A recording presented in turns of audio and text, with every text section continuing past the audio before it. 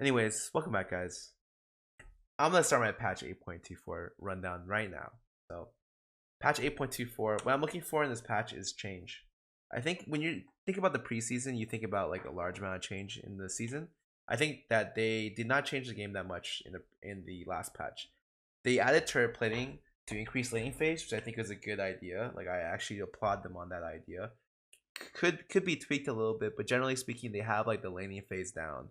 Now I feel like they need to change up the meta because the picks were exactly the same as preseason or before the preseason, preseason, end of last season.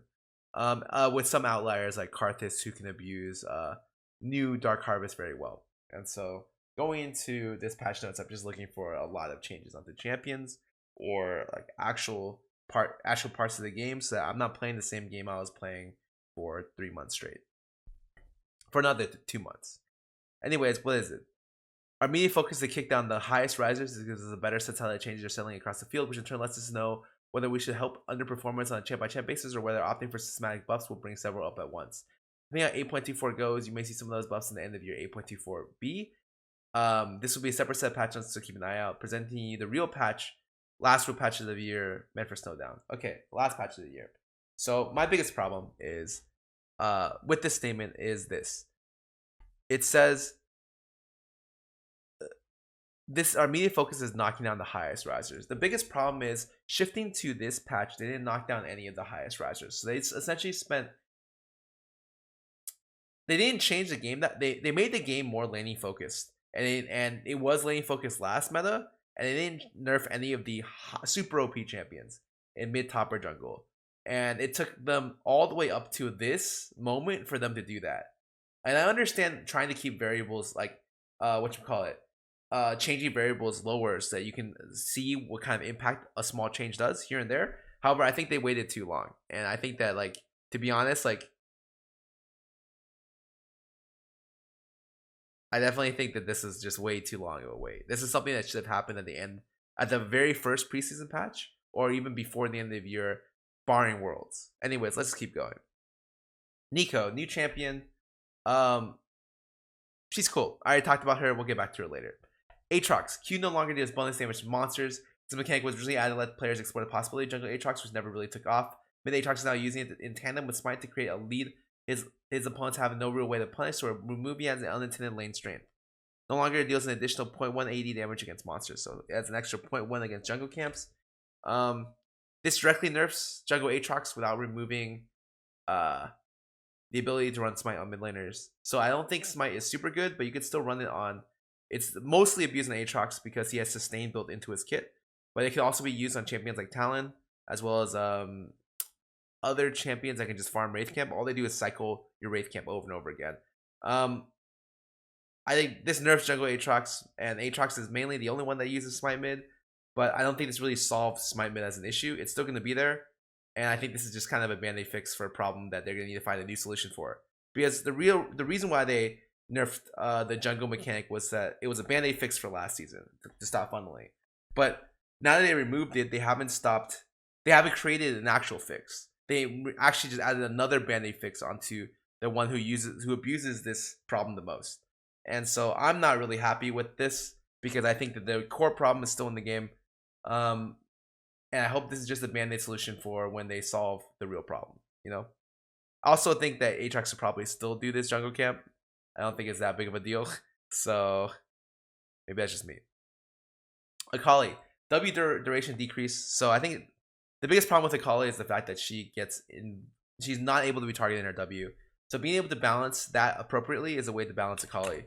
At the moment, they're looking to nerf that. I think max duration extension is by 2 seconds. I think that that's the correct way to nerf her. If you're not going to remove the permanent invisibility that W provides, nerfing the W is the correct way to go. So I do approve of this nerf. I think they hit the problem and they hit a possible solution very well. Cool. Camille, attack speed decreased. Camille's ability to dodge vision and ganks from the unusual angles to let the dominance of jungle rather than cut down her unique strength to the jungler while hitting her camp clear to slow down her down in the early game. Okay. I think this is an okay nerf, a decent nerf. I think this is a bigger nerf than the 5 move speed off Aurelia. Because the way they nerfed it, the reason why they nerfed it this way is because The attack speed affects jungling the most, as opposed to, I guess, top lane. And so I don't mind this nerf at all. This is them specifically trying to target jungle Camille. Anything to make Camille's already a jungler that needs to kind of get ahead, or else she's not that good. So right now, you're at the point where sure, she's a top tier jungler. She's like a top 3 jungler, but if you mess her up early, she's gonna have a little bit of problems catching back up. Let's keep going. Galio. Hold up a sec. Let me. What? Did they rework him? Has consistently seen greater strength results in coordinated play than anywhere else due to a large part of his ulti. Working out the team reliant strength to the hero's interests, plus some wave clear out Justice Punch, and adding strength back into brawler parts of Galio's kit that solo players can more confidently rely on. Okay. Wow, huge mana buffs. 130 to 90, insane. Damage buff on Wind Blast, insane. Holy shit, that's so good. No longer deals flat damage. Okay. Max health tornado damage goes up though. Okay. Wind up before dash. Okay, they made his wind up lower. The dash speed is higher, so it's easier to hit people. Now they have 50% damage, reduced damage against champions. They want to wave clear with just Q and auto. They're trying to increase the sustained damage of Winds of War, which is really hard to get because usually use it as a poke.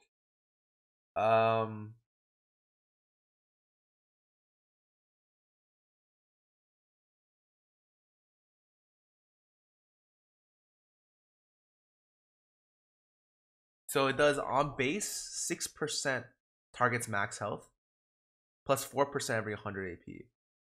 So it's gonna be good in when you start pushing into mid late, but worse early, especially for okay. Huh. They removed the knockup of it and they removed the damage reduction. Wow, that's huge nerfs. I think he's definitely gonna be better for. Well, he's a less team reliant champion, but I don't think that's necessarily a problem. I think him being team reliant is a good thing. He's a champion, although I get pissed off when I play against Galio. He's a champion that's just supposed to be like a roadblock. So he's best used against stuff as counterpicks, like kind of assassin-y type of champions that also tend to assist your team. So you kind of see of him as like a mid lane Shen. I think that is that's not a very common archetype in the game, and it kind of needs to be there if you're playing against something like LeBlanc.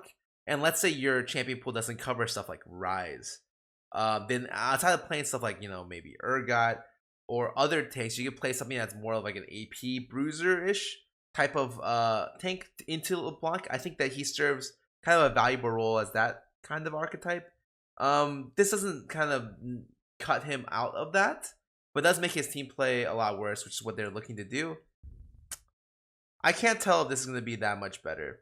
I do think the immediate thing that I think of when I think of this mana cost change is that his absolute reliance on mana items might decrease a little bit, because 40 mana off his Q, which is his most spammed ability, is quite a bit.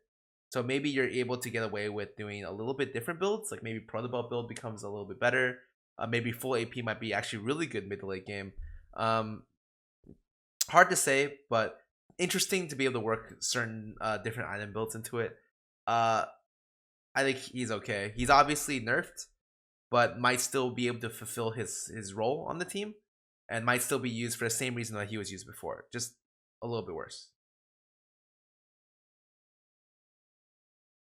Heimer, slight buff, bug fixes, and tooltip fixes. Okay. Must you lab, we did some rescripting and found okay, these issues have been resolved. Beam attack now actually scales with CDR. Cool. So that's a huge buff. Now states the actual rocket damage instead of 60%, which is lower than the actual damage dealt.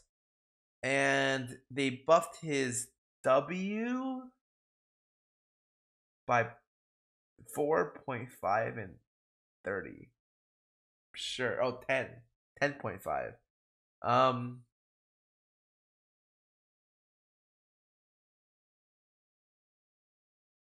Oh, they increased his damage by hitting with more missiles. Because they wanted. I don't think they needed these buffs. Like, what's the point? I think this was actually a nice thing to do, but like, he's already a good champion right now. There's so many other champions that deserve buffs over Heimer, in my opinion. I'm really surprised they decided to do this. Sure, it's not too big of a buff, so this is just really nice, but it's not too big of a buff, so I won't complain too much, but it's very strange to see in the patch notes. Um, yeah. Alawi. So the addition of rune stats gave Alawi the freedom of specking the conquer while eating the inefficiency of attack speed as their path bonus. For a company that's out optimization with cooldown buffs, bringing Alawi's ability uptime in line with other top laners. Oh, cool, nice. This is actually sick. 4 seconds off early E is really cool. Even though you max it first, it means your level like 3, 4, 5 is really nice. And the ulti goes down by 20 seconds. Great buffs, super nice buffs to a somewhat weak champion that's very situational, counter pick heavy into tanks. I like that.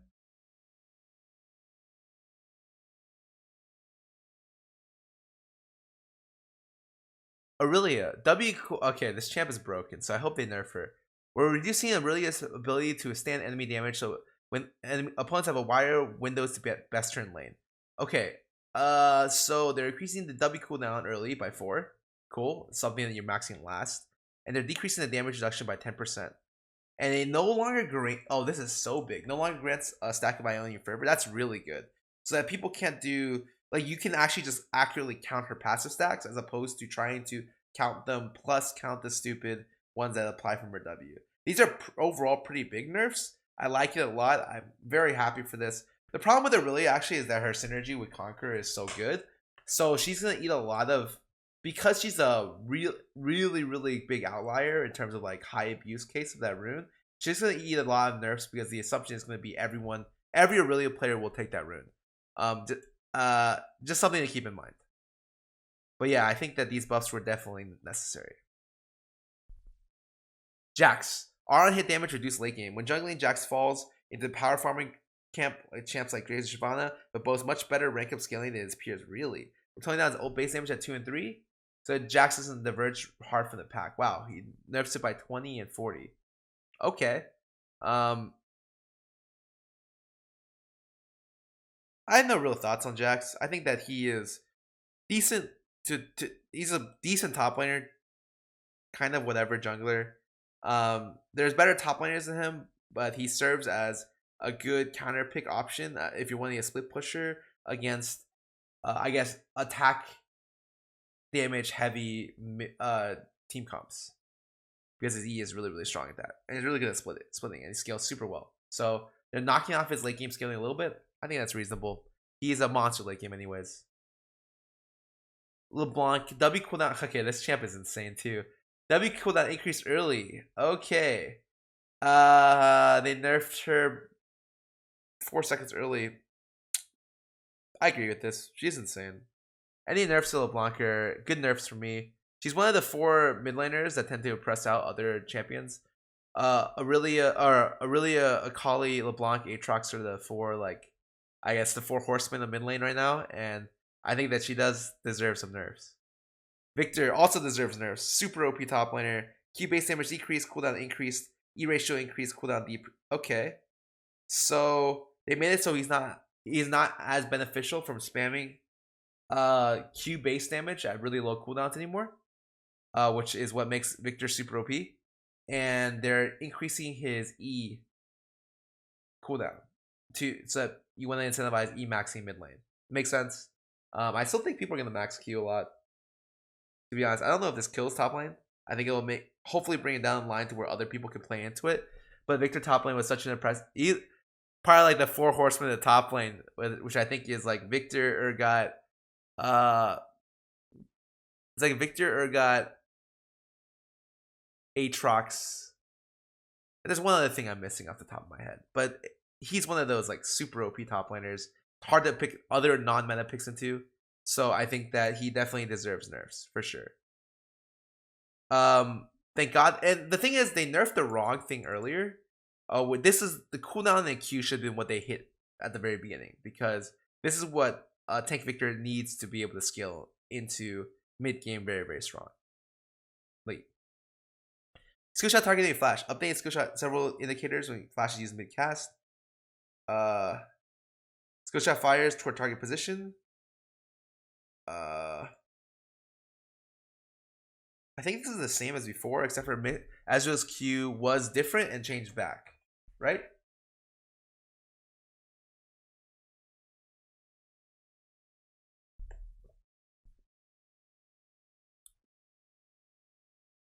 Because this was different after the update, and then someone made a video about it, and now it's back. I'm not really good at explaining this. If you want to see this, I think what was it? Someone 80 carry made a video about this, and it explains this a lot better. Clone debuff visuals. We're finally doing this to work on Nico. Champions are effective with debuff when they create a clone. The clone now have that debuff. Oh, so if you ignite Shaco clone, you can't tell which one's the real Shaco. Okay, small buff to Shaco. It's nice, really nice. Anivia have okay, new missile hit speed? Really? They updated VFX for Mundo, Gragas, Renekton, Teemo. Sure, these just look like quality of life stuff. Items. That sense healing now works on all. Whoa.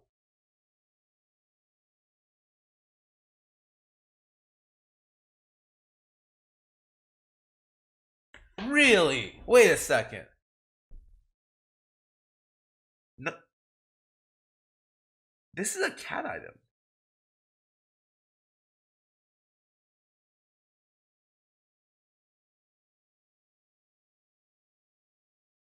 Because I remember people telling me that stance gave cat a lot of good benefits.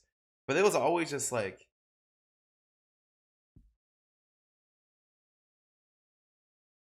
Sorry, I should say that cat can use this now. But this is very interesting for champions like Akali, like cat, who have a lot of AP damage, but can't really use that stance effectively because most of their damage is magic, even if some of its skills are physical.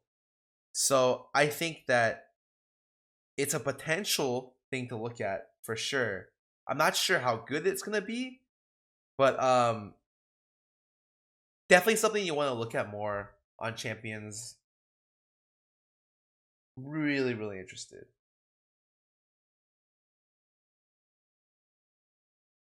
And if it works on true damage, stuff like for instance Fiora and Conqueror Alawi would like this a lot. Really, really interesting. Darius would like this a lot. Really interesting. Either Herald can no longer be activated during combat with non-minions. Quality of life improvement. Okay. I think that's fine. Nice little small improvement. Remove Poacher's Dirk.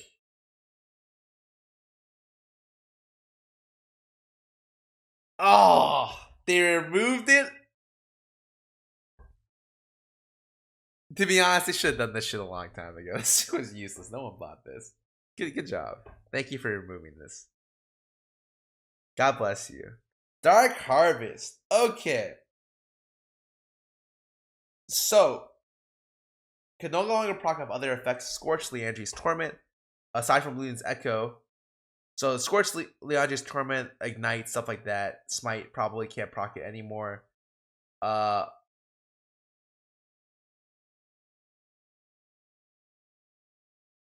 We're shaving out baseline strength 20 to 60. Wow. And then they nerfed it before from 50 to 40. So they nerfed it from 50 to 20. Holy shit. Okay, my thoughts on Dark Harvest is that this rune is awful. Why? What is the point of this rune in the game?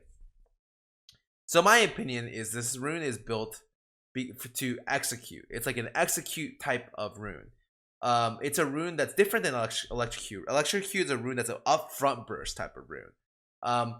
They may be usable on the same types of champions, but they're very, very different. And this one is built more for longer or for skirmish heavy champions that tend to reset a lot, but they be able to stay in the fight.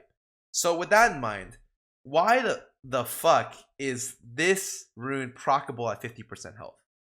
Like, I understand that you'd pretty much never be able to harvest anything if it's less than 50%, but that's just the risk of running the rune.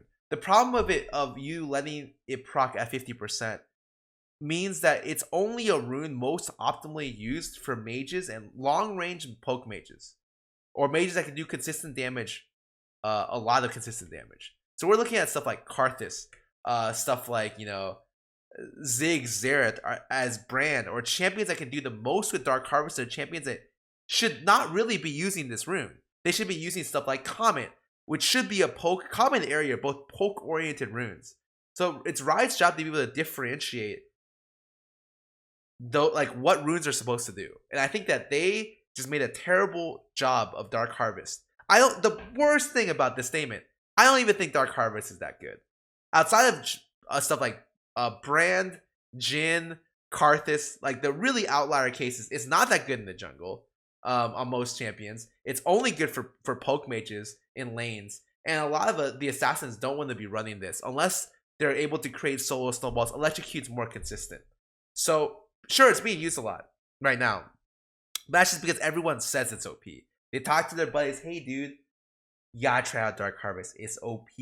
But legit, what's gonna happen is when pro play starts, you're not gonna see any Dark Harvest, and everyone's gonna drop this shit so fast. Because it's just not that good, and the situations that it is good in are situations that it shouldn't be good in. Like poke champion should not be running this rune. So I think they made a really bad, like, the creation of this rune, the idea wasn't bad, the execution terrible. And I think that they're nerfing it now when it's not even super good, and it's just gonna get worse as the meta gets sorted out. Dark Harvest works best in preseason because people are just trying out stupid shit and dying nonstop. Look at my games; I'm averaging like 7 deaths a game. And you know, you can get a lot of Dark Harvest that way, and the games end really quickly. So it feels very, very powerful. But as the meta gets settled, the games start increasing in length. Like, this is not going to be that good, except for on certain people. And even before this nerf, and after this nerf, it's like, yeah, now only the really, really fringe people can abuse it, and those fringe people probably shouldn't be taking this rune anyways. So I don't like that this rune exists in its current iteration. I hope they decrease something about it. Whether they decrease probably the percentage health, because that's insane.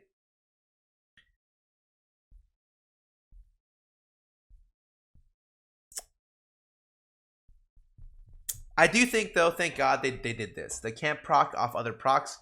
I think me being able to proc this shit on Scorch was kind of crazy. On itself was kind of crazy. So this should have been done a long time ago. Anyways, that's my rant about Dark Harvest. I think that it is heavily overrated right now, and is not very good except for on fringe situations. Cool. And let's keep going. So jungle, mid lane change. They're increasing the first raptor spawn by 1 and 2 seconds. Oh, so it's to make it so it's harder. This alongside the Aatrox nerf. Oh my god, it's all the way up here. It's supposed to, this one is supposed to make it harder for you to be able to jungle. Anyone to jungle. Because you'll be late to lane. You might miss 1 or 2 more things in lane. Okay. That's interesting. I actually think this will matter. Nexus Splits is back. Congratulations. The best game mode they've ever made.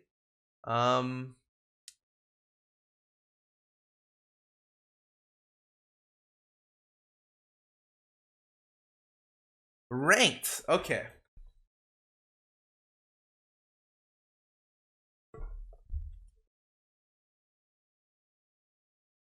See your provisional rank after 1 rank game. Oh, it starts next game? Cool.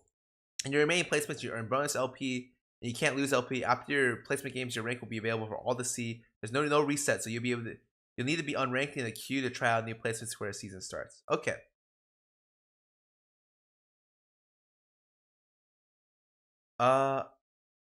Tiers and divisions, iron slots, new tiers, cool.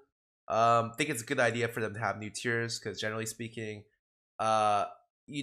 it's better to give people a better sense of climbing. Like, you want to have the people who play ranked feel like they're improving, and a lot of League of Legends is you don't know if you're improving because it's like I've always had it described to me like this. I think Weldon described it to me like this. League of Legends improving in League of Legends is like a staircase. So you don't see the improvement until you go all the way up the stairs. So like as you're walking up the stairs, it's like a very there's a lot of distance between each step, and so by adding more tiers into the game, it allows you to see that kind of progress a little bit better. And I think that's encouraging for people, especially for people who feel like they aren't getting better. I like that. Ranked armor. I'm gonna remove my diamond armor instantly. Okay. Ranked UI. I have to see it to see. Bug fixes, a bunch of bug fixes.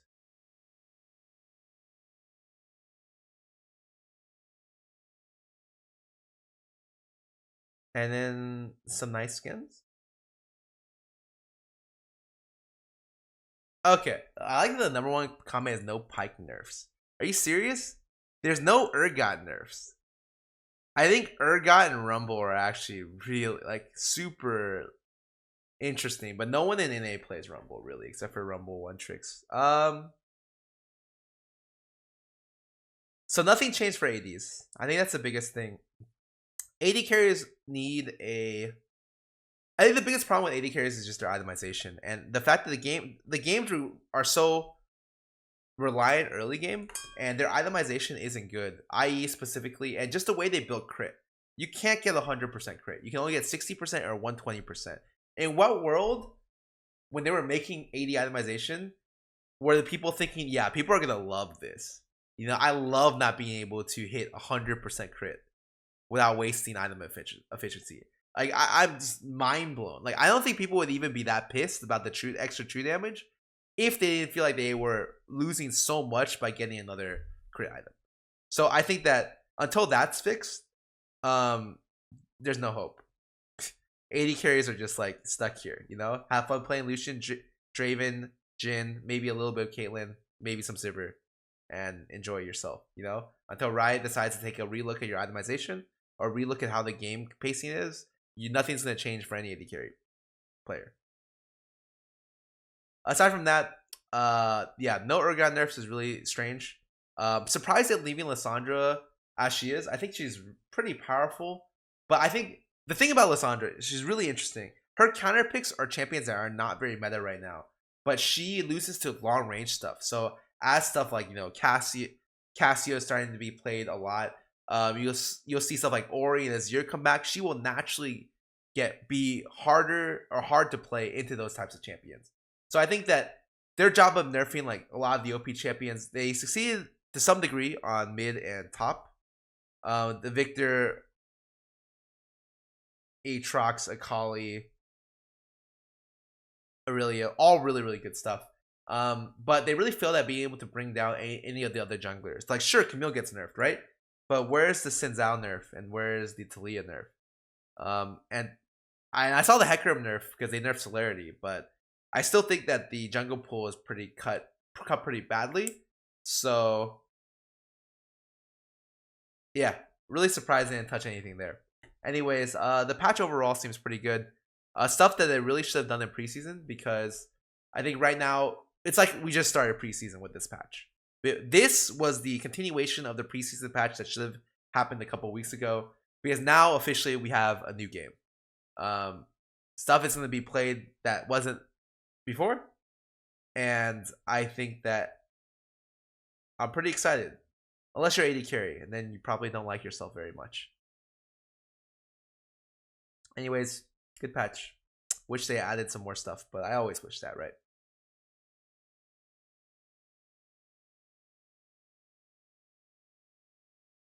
Do I really think it's going to do that much? I think it's going to help, for sure. Like, I think if this had come in with the last preseason patch, I would have been pretty happy with everything, because this is a considerable large change. The Victor stuff, the LeBlanc stuff, the Aurelia stuff, the Kali Aatrox stuff, yeah, dude, I would have been really happy had I seen this last patch. I think they've got a long way to go to be able to make preseason work. The fact that they're not going to touch preseason till one hotfix, I hope they hotfix a lot.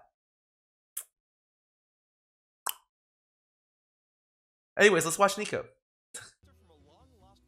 Tribe. Nico is a tricky burst mage who's a shapeshifter So anyways, from a long Nico lost is a Bastian mage, so I'm tribe. definitely Nico gonna is be a playing tricky her. burst mage who slings colorful spells and taps into primordial magic to transform into her allies. She may not seem dangerous at first glance, but keep a close eye on her. With Nico, things are never quite as they appear. Welcome to the Nico Champion Ooh, the Spotlight. music is nice. The music is really nice. Nico's main source of damage comes from her Q, Blooming Burst, which explodes again if it kills an enemy or damages a champion or monster, blooming up to 3 times per cast. Nico's E, Tangle Barbs, sends out a spiral of magic that damages and briefly roots enemies it passes through, with an Hearthstone increased Defile. root duration for the last champion hit. If Tangle Barbs hits at least 2 enemies, it grows in size, speed, and the empowered root duration. Together, Tangle Barbs and Blooming Burst can really sting, and enemies caught in all 3 bursts will take huge damage. Feel bad. These 2 Wow, abilities make that's so for a much fairly damage. standard burst mage combo, but Nico's No way she passive kills, is right? where things get unusual. Inherent Glamour lets Nico disguise herself and That snare appear looks as an so long. allied champion. I am definitely not Nico. Beep boop. Nico is middle person. What? You can confuse foes and trick them into bad decisions, or use your passive to Ooh, sneak up and let's catch them go. by surprise with your EQ combo. WTF 2 Shens? Beware, Oh my entering God, combat Free. with champions or using aggressive abilities breaks the illusion and places the effect on a longer cooldown. But until then, Nico is completely indistinguishable, even copying Disguise melee attack range. Be cool. Really? No one suspects you are Nico. Nico can use her W Shapesplitter to briefly turn invisible and send a clone of her current form sprinting in a chosen direction. That worked. It's great for playing hide and seeko with unsuspecting enemies. Karma. Karma? Chameleon. Shapesplitter also has a passive effect. Every 3rd basic attacker resonates with Spiritual Essence, dealing bonus damage and briefly increasing Nico's movement speed. Okay.